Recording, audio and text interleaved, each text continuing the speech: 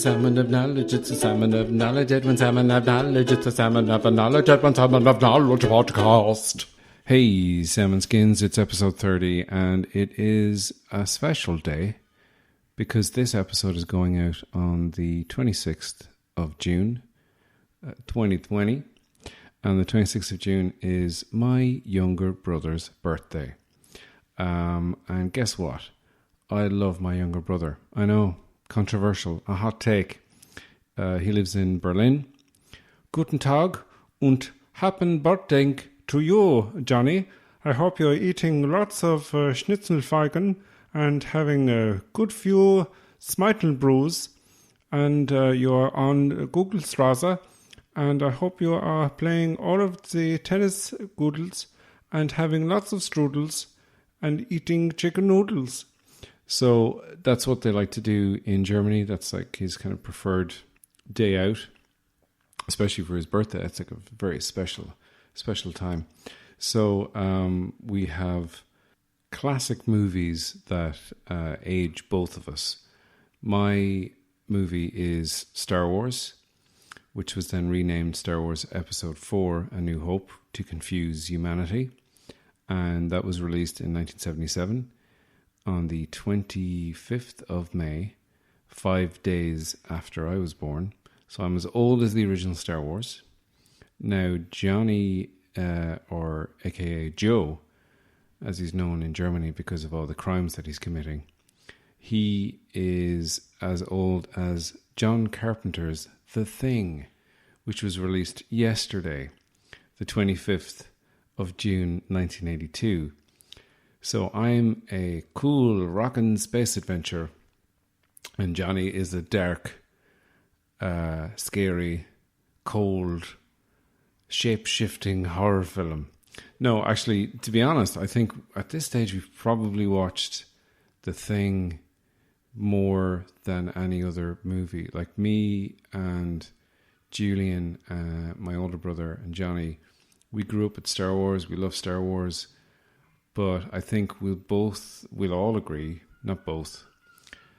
Yeah, we say all, but both is two. And then we few agree, we three agree that The Thing, 1982's The Thing, is a much better movie. And so bloody apt for today's society, because, and I'll go into my Englishman voice here when I talk about this, and I'll rub my nose, and I'll go, well, I've got a cold. Is it the virus? Is it the virus, they say? I say, no, I'm just scratching my nose. Leave me alone. But if you think about it, The Thing, right? Because we've got this coronavirus going round, and The Thing is all about a virus, isn't it? It's all about a virus alien that's like living inside a man, because it says man is the warmest place to hide. It's just got just the right temperature for them aliens to go inside of us. So sorry about that. I don't know what he's doing here, that Englishman. Get out of here, Englishman. All right, I'm leaving, I'm going. I really love that movie though. Yeah, whatever. So yeah, The Thing with Ennio Morricone's score. See, that's the weird thing about The Thing, is that the score for it I just assumed was John Carpenter's score, because John Carpenter, who did Escape from New York, he did Halloween, and he does all of his own scores famously, and he went on tour there, was it last year or something? He went on tour like a rock star in his near 80s, he's pretty old now, and he went on tour playing all the hits from all these movies, which are all very, he does this kind of mood music. He was almost doing the Hans Zimmer type synths, like it's real ominous stuff. It's not like your kind of typical, like Escape from New York, which is very kind of dark, kind of grim. It's all kind of set at night, and it's kind of actiony, but it doesn't have sort of an action score. And like The Thing, if you listen to the score, and you're listening to it right now, it is very, very similar to John Carpenter's. So I don't know why John Carpenter just didn't do it himself. Did he not have time? Because Ennio Morricone, who is known for,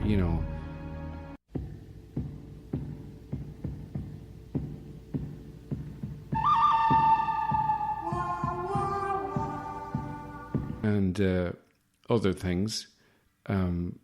Basically, he stood in his cat one day, and it meant that wah wah wah, and he went, "Hey, that'll be good for a cowboy." He doesn't talk like that. He doesn't talk like Charlton Heston. "I'm Ennio Morricone, and I'm gonna score your film. God damn you! You want a rousing score for your spaghetti western, Mr. Sergio Leone? Well, I'm your goddamn man. I'll conduct this, and you'll have to prize the baton from my cold, dead hands, Mr. Sergio Leone." Famously, perfect impression of Ennio Morricone that I do. But no, he's famous for doing the scores to the spaghetti westerns and Once Upon a Time in America. And The Untouchables actually is one of my favorite Morricone scores, and a great movie. Just in general. Here they come. They come. The Untouchables are coming. Here they come. Kevin Costner, Sean Connery, Andy Garcia, Andy Garcia. He's really young and sexy in the movie The Untouchables with Robert De Niro as Al Capone. That was the original recording of it, and then Ennio Morricone was like, "I don't think you should have the lyrics. I think it should just be the music. I think the lyrics are a bit too much on this. Take these lyrics from my cold, dead hands."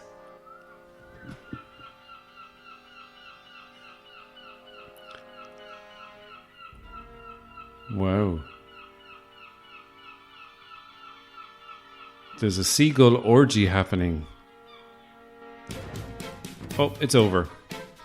Seagull orgies are famously short, sharp, and to the point, like their beaks. That was scary. What the hell? Mr. Brian De Palma. But yeah, so I looked it up because I was like, what the hell's going on there? Jerry Goldsmith, who wrote the theme tune to Star Trek, and he wrote all the themes. He wrote Captain Luke Skywalker's theme tune, Chief Science Officer Han Solo, and Communications Officer Princess Leia. He wrote all those themes, and he also wrote the weirdly amazing theme to Planet of the Apes.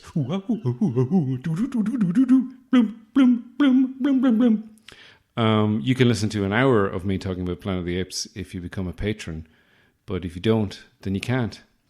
But you will eventually, but not for years. Probably not years. I probably meant to say months, but hey, years sounds way more dramatic. Take this podcast from my cold dead hands, Mr. Sammon. Now I'm just getting silly. So yeah, I looked it up. Jerry Goldsmith was supposed to do it, but he didn't want to do it. And then Ennio Morricone did it. And he just aped John Carpenter. He just copied him, essentially. And at the time, people thought it was a piece of shit score. And it was nominated for a Razzie Award, which is a golden raspberry, which is like the anti-Oscars. And but now it's considered like a really great score. But I always forget that when I watch the movie, and whenever his name comes up, I go, "Oh yeah, Ennio Morricone." But if you've never seen the thing, it's really just a beautiful piece of art. It just, everything is beautiful about it. I love the fact that they built sort of individual they spent so much time and effort to build these weird, disgusting, amazing animatronic things. And sometimes it's just for 2 seconds. They appear for 2 seconds. They construct it so well. It's not like today where it's and case in point, when they did a remake of the thing, they did this modern remake of the thing, and with Mary Elizabeth Winstead. I nearly said Master Antonio, who has a great name. I am a Mary Elizabeth and Master Antonio. No, she's American. She was in The Abyss. So they did a remake with Mary Elizabeth Winstead, and they did it all with practical effects, with animatronic stuff, and then because it was kind of part of the thing, and it's like part of the legacy of the thing, where it's like it's a benchmark, it's a landmark, it's a makeup mark, it's all of the marks. It was like amazing. Like Rob Botton, who worked on it, barely slept.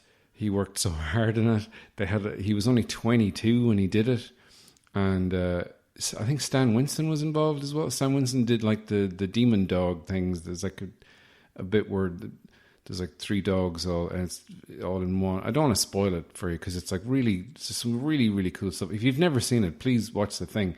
And I know some people are kind of scared of scary movies, but like, isn't that the point? I mean, like, case in point, my father is not a fan of horror movies, and his whole deal is, which I get, it makes sense, is why would you want to be scared watching a film?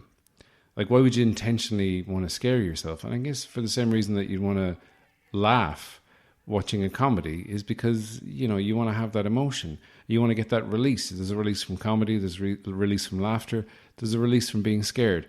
So when me and my mom went to see It Follows, my dad went instead to a movie that was on at the same time, and it was the second best Marigold Hotel. And I said to him, how will you know what went on, because you haven't seen the first one? And it's just old people trying to fuck each other in India. He really wanted to see Dame Judi Dench's breasts and Bill Nighy's muscular buttocks. So they built all of these things. They were like, yeah, we're going to be in reverence to the original. We're going to do it all for real. There's too much CGI these days. And I think you appreciate when something is real. And also, it's like you just capture it, and on the day if it works, if it looks good, if it gets a good reaction. And you don't have to spend months and months kind of designing it and redesigning it and trying to make it look like it's actually there in the room. You just capture it all in camera, and it's good. It's better that way, I think, if you can do it that way. Like nowadays they do like a good mix. Like David Fincher is a good director who uses a mix of real and computer generated imagery, where you don't kind of see which is which. Jurassic Park did that very well. I think that was kind of like the last movie that really did it that well. And it's kind of coming back. The Star Wars movies, they're not great, but from an effects point of view, from a technical point of view, they do a good job.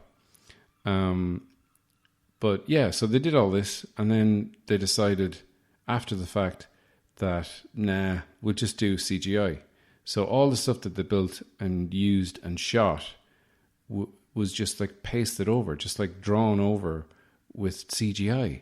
And I'm wondering, do they have like the original copy of that? Did they, is it gone forever? Is there a version of the remake of The Thing where it's all practical effects? And can we see that maybe? I mean, they've released the Snyder Cut, or they will be, which is great, because that film is so great. I just want to see twice as much of it. No. Anyway, listen, guys, we're going to take a little commercial break, and we'll be back after these messages. Salmon of knowledge, it's a salmon of knowledge, it's a salmon of knowledge, it's a salmon of knowledge. It's a commercial break coming up right now, and here it comes. Once in a generation, or sometimes once in a lifetime, or sometimes just once, something comes along, something so undeniably a thing that it has to be seen to be believed. And when this thing comes along, you better grasp it with both hands, and your feet as well. If you take your shoes and socks off and just smush them in, it can kind of be used kind of like a fist, but not really. You'd probably be better off just using your hands. Take the thing, grasp it, and take it, because this belongs to you, and it's life, and it's the best thing you'll ever have. Life. Live it. It's yours. Paid for by the Life Foundation. Do you have trouble sleeping? Of course you do. Things are tough. The world is in turmoil. There's danger around every bend. How are you supposed to get to sleep at all? You're afraid the government's going to come and take your children, boil them like a ham, and serve them to you for afternoon tea. And you'd be right. But sleeping is easy. With Sleep Along with Sean. 12 cassette tapes or 42 CDs for only $129.99. Yes, all for under $150. Sleep Along with Sean, as I soothe you to sleep. Here's what it sounds like. Hello? Are you asleep yet? Go to sleep. Sleepy time. Snoozy sleep. Sleep. Go to sleep. Why are you still awake? Go to sleep. Feel my hairy, old Scottish open hand on your face, gently caressing you to sleep. Sleep now. Sleep. Sleep or I'll make you sleep. Sleep. Sleep. Back from the break, and we're back from the break now. Hey, Sammon Skins. We're back from the break. And look, it's my brother's birthday, so I hope Julian, who is a regular listener and also patron, so he's putting his money where his genetics are. Is that a sentence? Yeah, why not? That's a phrase now. I started the podcast after his birthday, but I'll do a special one for Julian. I'll find out what movie was released around his birthday, and I'll do a special one for him on the next episode, okay? I've set myself that task, so now I'm going to do it. So now, listen, Brendan Blowhard, who's been having his issues, he's been having his problems, and poor old Brendan, he is trying to make amends. Every song he's sung and put into the show has kind of gone off the rails. He's kind of gone off the rails. But look, I'm willing to let bygones go by, as the old phrase goes.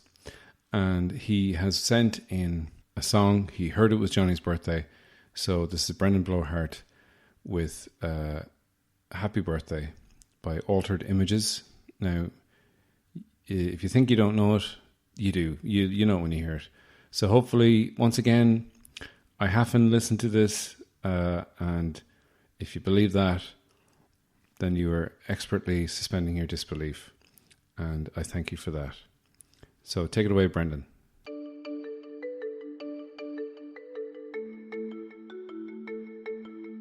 Happy birthday, Johnny.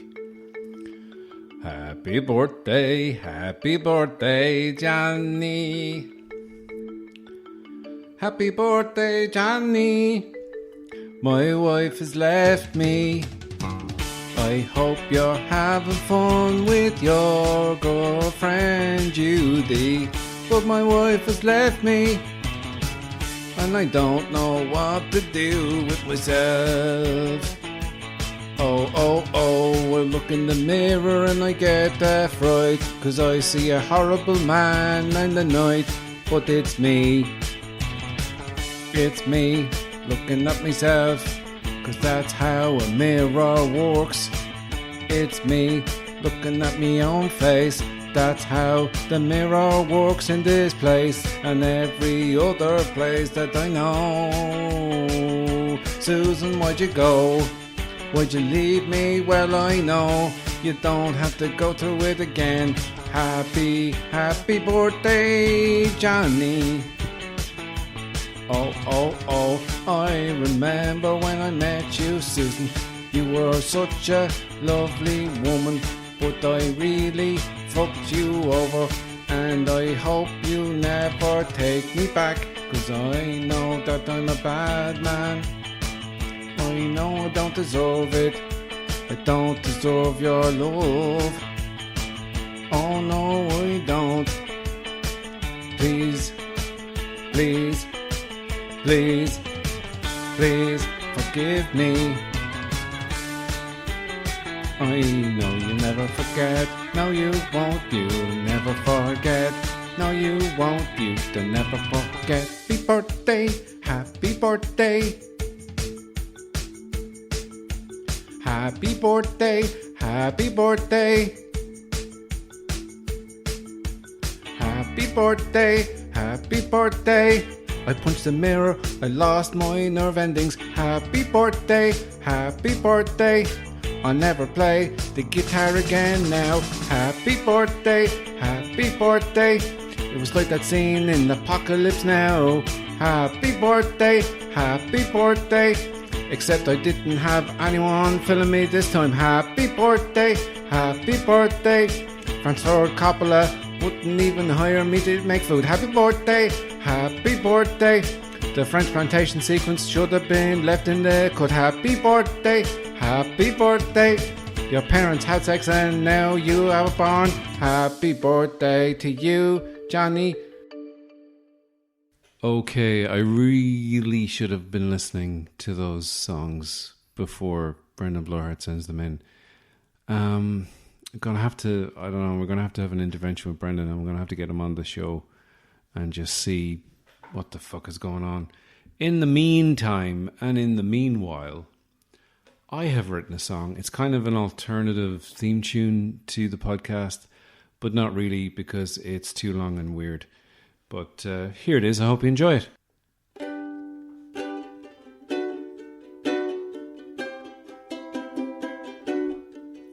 Edwin Sammon of knowledge, Edwin Sammon of knowledge. What did he learn about when he attended that college? Would he know what a cabbage is next to a radish? Does he know why the priest was moved to a different parish? Edwin Sammon of knowledge, Edwin Sammon of knowledge. Does he mix in some money to sweeten his porridge? No, he doesn't like porridge. No, he doesn't like porridge, 'cause it looks like mucus, and no one wants to eat honeyed mucus. No, no, no. When it's wet it looks like mucus, and when it's dry it looks like horse food. Edwin Sammon of knowledge, Edwin Sammon of knowledge. He likes crunchy nut cornflakes, and they have to be Kellogg's, 'cause the others don't taste great. Yeah, they're cheaper in Lidl. You'll save a few monies. They use substandard honey. Edwin Sammon of knowledge, Edwin Sammon of knowledge. If you really love porridge, he'll give you an apology. Edwin Sammon of knowledge. It's hard to rhyme porridge with other things that are not just knowledge. That's the name of the podcast.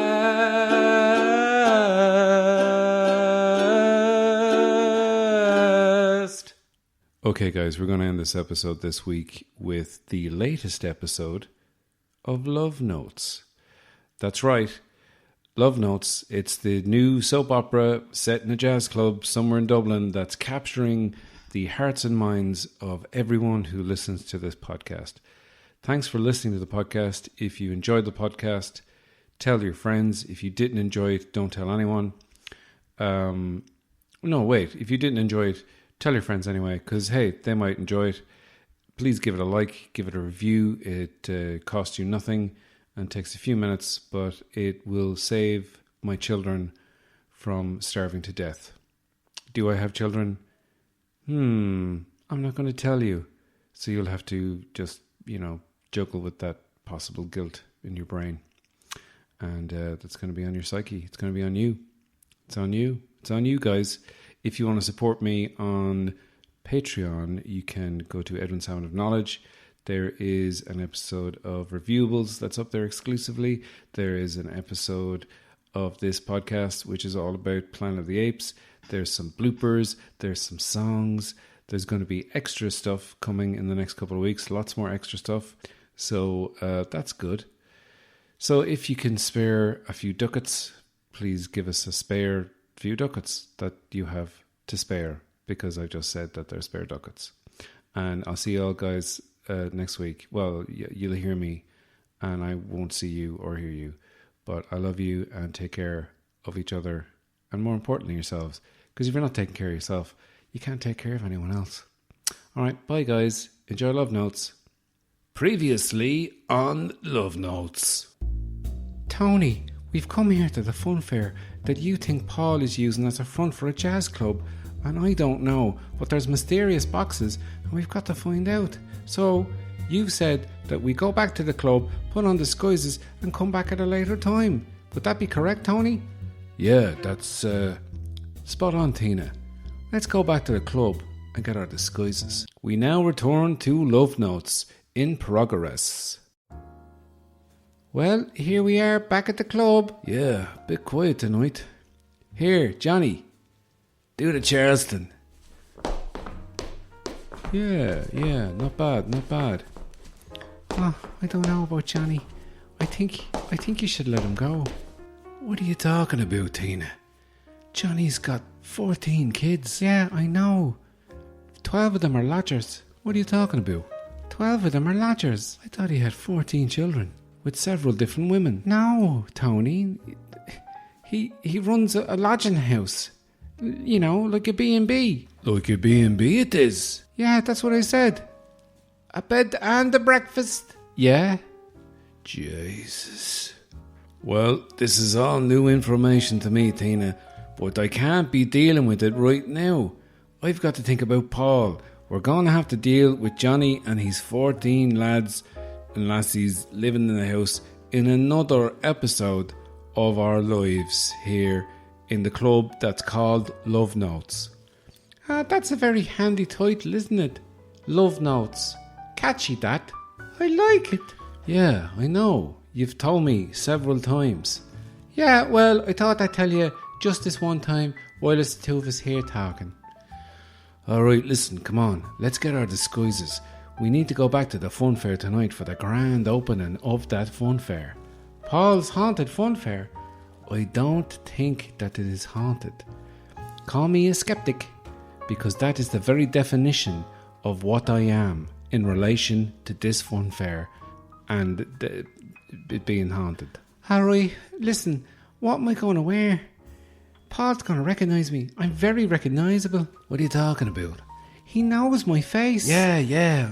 Tony, he knows what I look like. I know he knows. He knows what I look like too. Look, don't panic, Tina, don't panic. Oh, Jesus, Tony, what are we going to do? He's going to know it's us. Tina, calm down. He's going to know. Listen, Tina, it's very, very logical. I have a beard, but I don't wear glasses. You don't have a beard, and you do wear glasses. So you give me your glasses, and you don't wear your glasses, so he'll look at me and go, that can't be Tony, because Tony don't wear glasses. And he'll say, that's definitely not Tina. Tina's a woman who wears glasses. He can't think that it's you, or that I'm me. It's perfectly logical. Do you follow my logic? Yeah, I guess that makes sense. Alright, hand over your glasses to me, so I put your glasses on my face. Alright, I think I might wear a different dress as well. Yeah, wear a dress he's never seen you wear before, and I'll wear that tie that I bought the other day that he hasn't seen me wearing before. Alright, if you think this will work. I know it'll work. Well, here we are at the fun fair again. Seems an awful lot busier. Yeah. Oh, look, there's Paul. Oh, God. Jeez, I'm so nervous. Tina, relax. Just, blend in. Jesus, he's coming over, Tina. Alright, listen. I'm not Tony. I'm Johnny. What are you talking about, Tony? Johnny, but that's Johnny from the club. He'll know. No, come on, look. We just have to hope that he doesn't make that connection between me being called Johnny and Johnny in the club that he knows from his trumpet days. Alright, but who the hell am I? You're Judita. What? Where did you get that name? I don't know. Here he comes. Just play along. How's it going? How are you doing there? Johnny's the name. Fun fair visiting is my game. Nice to meet you. You're a professional fun fair visitor? Yeah, I know. It's a real profession that I am doing. Alright then, well, enjoy the fun fair. All the fun at the fair. That's what we say here, because we're running a fun fair. And hello to you. Hello. That's quite the accent you have there. Would you be from a different country? Yes, I am from a different country. What is your name, if I might inquire, miss? Judita. Judita. What a lovely name. Tell me, is that Italian? Yes, I am from Natalia. Well, you're quite beautiful, if that's not too forward of me to say. I think I will go and look around at the fun fair because I enjoy fun fairing. Please, help yourself, Johnny. And, here, have a few throws of the balls on me. Oh, my favourite part of the fun fair. Thank you. Goodbye, Judita. Goodbye, Johnny. Wow, what a beautiful accent you have. You know, you remind me of a girl I knew. Yes? Yeah, we used to work in a club together. Back when I was a trumpet player and she was the best bloody trombone player you've seen this side of the Liffey. She sounds like a special lady. Wow, your accent is getting thicker. Yes, I noticed that. Yeah, she was a special lady, all right. You know, this might seem forward of me again. God, being very forward. Don't know, there's just something about you. I feel a connection. Yes. Go on. I think it's because you remind me of this girl. What was this girl's name? Her name was Tina. Still is, as far as I know. Oh, yes?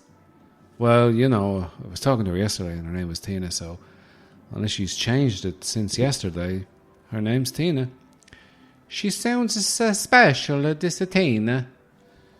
Well, I've only told you her name and that she played the trombone, so I don't know how you're informed that, but I think you've got an insight that maybe other women don't have. I can sense that in you, Judita. Yes, I think I have this insight that you speak of. Listen, do you want to have a look around the fun fair? Maybe I could open up a little bit more about Tina and my hidden feelings for her. You have a hidden feelings for Tina? Oh, okay, I will join you for the walk. Jesus, what the hell is Tina up to? God, they're walking away. He must be showing her the fun fair. Well, while he's distracted, this is a perfect chance for me to have a sneak around and see what's really going on here at the fun fair. Oh look, them workers are leaving that part of the tent. It's those boxes we saw last night. Finally, I'll get a look into those boxes to see what is in those boxes. Here I am next to the boxes. Time to open the boxes. Here I go. Jesus! What's in the boxes? Is it something to do with jazz like Tony thought it was? Or is it something really strange? Or is it something else? Find out on next week's edition of A Love Notes. Ooh, wow, what a cliffhanger. We're finally going to get to find out what's in those boxes. I don't know. I mean, like Paul seemed very, very protective of them in the last episode, but he's really taken with Tina's Italian doppelganger, Judita. So we'll see what happens. I mean, I'm really like Tony's noise at the end there was very, very exciting. So I mean, he's seeing something that it seems like it's an amazing thing. So can't wait for that. That's going to be great. So that's the end of the show, guys. Thanks very much for listening, and see you next week. Well, the end of the show. That's the end of the show. When we see you next week, and that's Sammon of Knowledge. It's the end of the podcast now.